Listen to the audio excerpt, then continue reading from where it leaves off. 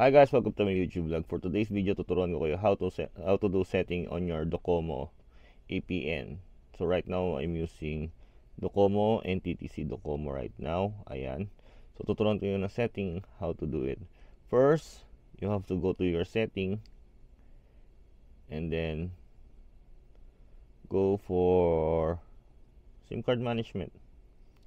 And then you'll go for access point name. So, ayan.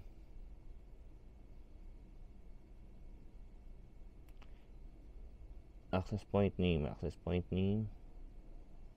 Wait, I haven't seen my access point name for a while.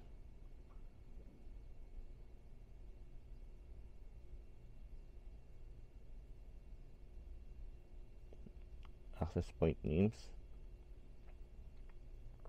Over there. Yan. So, if you don't have, you're gonna press add.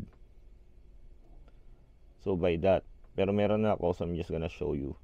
So, you're just gonna click there's your setting supposed to be in HIS, APN, not set. Username is his at his. The password supposed to be his, HIS.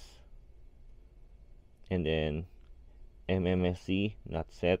Multimedia message not set. MCC is 400. MNC 10. Authentication type, it's very important, PAP or CHAP. Default is APN default. Yan. That's it. And then afterwards, once you set up, you're just gonna put save and then restart your phone and then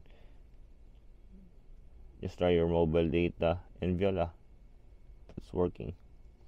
That's how you set up your APN on Docomo Unlimited SIM card.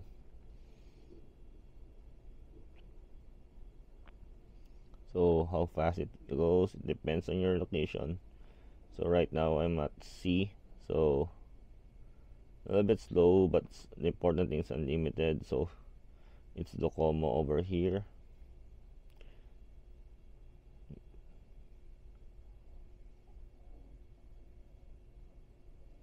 A little bit slow in the upload, but it's much better than having nothing. So that's it. Please do like and subscribe my YouTube channel. Thank you.